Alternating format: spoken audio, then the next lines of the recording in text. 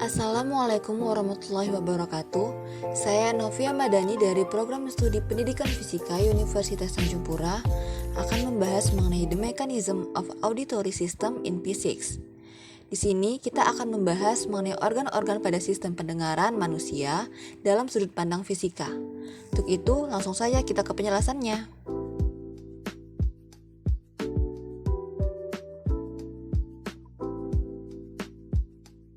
Pendengaran.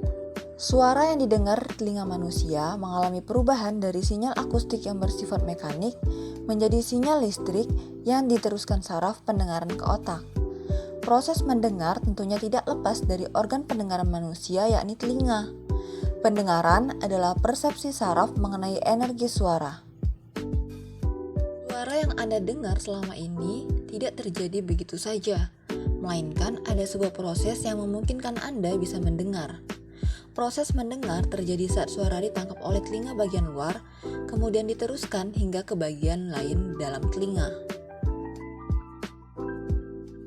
Gelombang suara atau akustik adalah getaran udara yang merambat dan terdiri dari daerah bertekanan tinggi karena kompresi atau pemampatan molekul-molekul udara yang berselang-seling dengan daerah bertekanan rendah akibat penjagaran atau rarefaction molekul tersebut.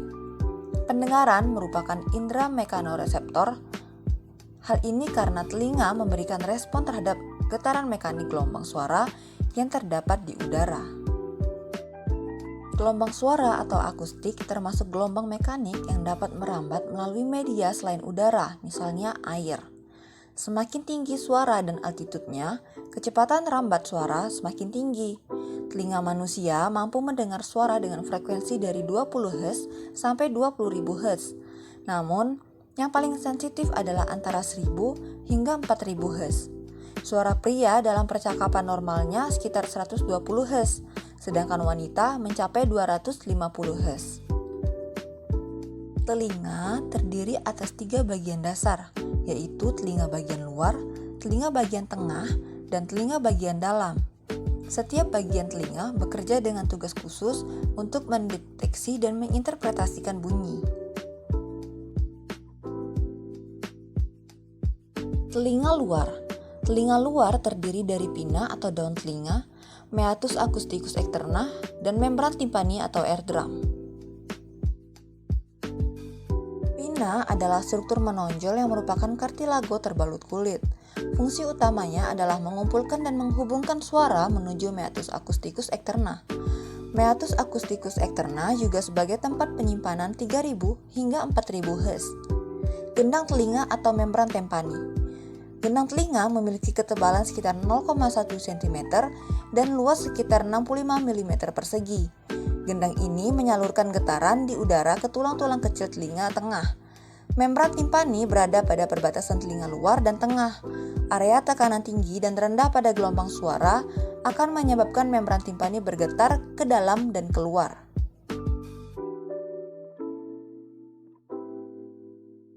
Telinga tengah terdiri dari 3 buah tulang osikel, yaitu malleus, incus, dan stapes. Stapes menempel pada oval window yang merupakan gerbang menuju koklea yang berisi cairan. Suara yang masuk 99,9% mengalami refleksi dan hanya 0,1% saja yang diteruskan. Saat membran timpani bergetar, tulang-tulang tersebut bergetar dengan frekuensi yang sama, mentransmisikan frekuensi tersebut menuju oval window.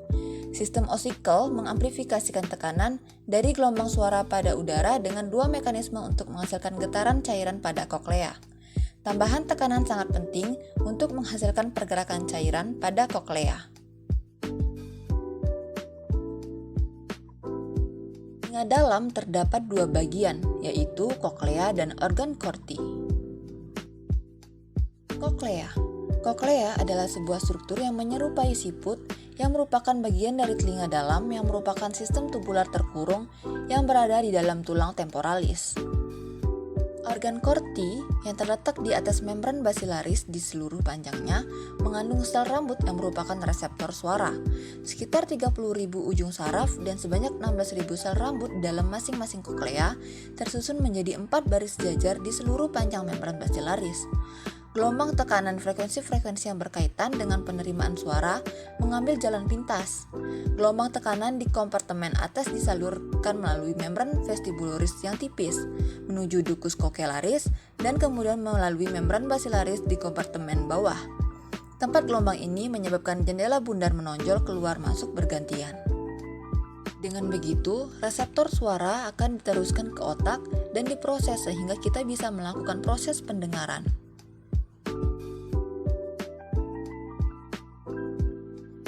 Sekian pemaparan dari saya, semoga bermanfaat. Assalamualaikum warahmatullahi wabarakatuh.